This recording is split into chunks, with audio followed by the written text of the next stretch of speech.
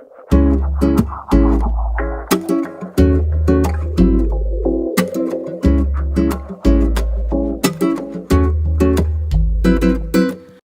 suis le responsable actuel d'une SCOP, une coopérative ardéchoise qui traite la laine du département de l'Ardèche.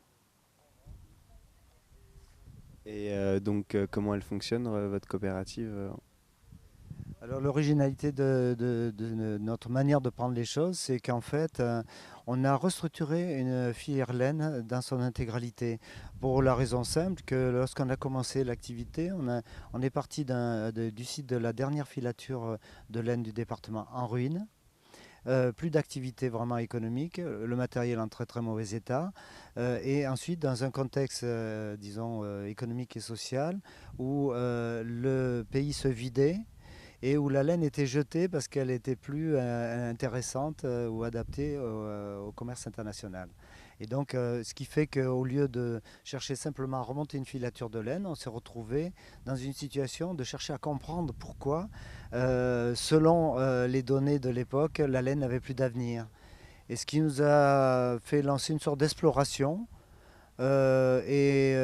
parce qu'on était naïf, c'est une chose qui a été dite, on ne savait pas, donc on a réalisé ce qui paraissait impossible à l'époque. C'est-à-dire qu'on a fini par comprendre ce qui vraiment handicapait la laine, et puis surtout à être sûr et à nous rendre compte aussi qu'elle avait un avenir. Et à partir de là, au lieu d'être simplement une entreprise spécialisée sur une chose, on aurait pu faire du fil par exemple, ben on s'est rendu compte que c'était beaucoup plus adapté de s'occuper de tous les acteurs restants de cette filière et de devenir des partenaires. Et finalement, on est devenu partenaire central et animateur d'une filière, de la filière laine dans son intégralité. On peut même y rajouter les clients des produits, sachant qu'au passage, on a eu la chance d'avoir une bonne réflexion dans les années 70-80, donc assez tôt, sur ce qu'on appelle, pas le bio, puisque nous on a des produits qui ne sont pas comestibles, donc c'est plutôt du non-chimie sur la laine. Et puis l'équitable, parce que à cette époque-là, on avait des amis qui partaient faire des actions dans le sud qui avaient des gros problèmes, voilà, le sud de la planète, bien sûr. Puis nous, on s'est rendu compte qu'il y avait des gens en Ardèche qui vivaient encore dans des conditions incroyables, qui travaillaient comme des fous pour n'avoir aucun revenu de leur travail. Et donc, nous, on a en fait ce qu'on appelle de l'équitable, mais ça a été, selon nous, de l'équitable nord-nord. En gros, c'est rééquilibrage économique à l'intérieur d'une filière pour que chacun puisse vivre et s'en sorte correctement. Et c'est ce qu'on est actuellement. Et alors, on a poussé cette chose-là jusqu'à la dimension nationale. Et actuellement, donc, on travaille avec 250 éleveurs de moutons. Nous tendons chaque année 50 000 moutons avec des tris qualitatifs de la matière première. On traite 40 tonnes de laine et on distribue sur le territoire national ces produits. Et on est 45 salariés. Et à l'heure actuelle, vous avez des projets de la coopérative nouveaux Ouais, alors ce qui nous est arrivé, parce qu'en fait on est un peu, on peut dire qu'on est issu pour certains, enfin, les fondateurs, l'équipe fondatrice de l'éducation populaire. Donc on a toujours essayé de réfléchir à ce qu'on faisait en faisant des breaks. Et ce qui fait que dans notre histoire, il y a une chose aussi intéressante, c'est que à certains moments on est arrivé à une taille que nous on a jugé critique. Et je le pense actuellement, la concentration c'est un vrai problème. Et quelquefois, certaines entreprises, certaines activités ne devraient pas dépasser leur taille critique.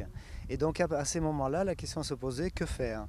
Et donc en fait la première fois où on s'est rencontré à être pratiquement face au marché européen, ça c'était la fin des années 80, on a décidé d'inverser la chose, c'est-à-dire au lieu d'aller voir des centaines de milliers de personnes dans des grands salons écologiques, on peut dire, eh ben on s'est dit on va faire venir les gens dans notre fond de vallée. Et on a fait un musée de la laine. Et bon, il faut savoir qu'à ce jour, ce musée a amené 350 000 visiteurs dans ce village de 500 habitants de Fond-de-l'Ardèche. Ça, c'était la première étape. Et puis, on a eu d'autres aventures aussi liées à la croissance. Donc, à partir de ce moment-là, on a fait une activité touristique avec des partenariats. Et actuellement, on est dans un autre cycle où en fait on se dit que faire mieux et plus, alors qu'on pourrait aussi grossir sur nos activités. On préfère les limiter et on est en train de lancer un projet qui a été d'ailleurs reconnu par l'État, la région et le département, puisqu'on est dans un pôle d'excellence rurale, sur l'alimentaire, parce qu'on pense qu'il va y avoir un vrai sujet alimentaire pour la planète. Et pourquoi pas pour les pays riches comme le nôtre ou nantis. Voilà. Et donc on pense qu'il faut faire une éducation sur le goût et sur la circulation de la nourriture et éviter que la nourriture fasse le tour de la planète. Voilà, et ça va devenir une urgence. Et donc on a un nouveau projet. Et puis on s'est doté aussi en même temps de la capacité de recevoir le public touristique toute l'année avec un café-librairie. Donc on a un grand restaurant de taille, hein. Il n'est pas grand, il n'a pas des étoiles puisqu'il commence, mais il permettra de recevoir les quarts de touristes qui sont demandeurs. On a un atelier de transformation pour élaborer des produits à partir des ressources locales. Et puis on a monté aussi un café-librairie.